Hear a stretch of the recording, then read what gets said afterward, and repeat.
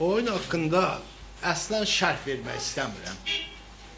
Çünki yadınızdan çıxmasın, belə oyunlar haqqında danışılır. Əgər bu oyunları hakimin əlində küllü ixtiyar olsaydı, yəqin ki, meydançada 11 nəfərin 11-də çıxardardı işiyə.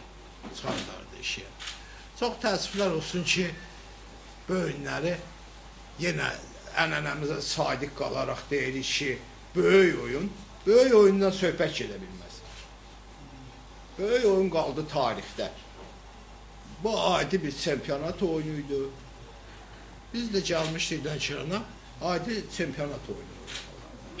Hesabda 2-0 qabaqda olduğumuz halda, axırıncı 10 dəqiqədə, 15 dəqiqədə biz 2 dənə qol bıraxırıq.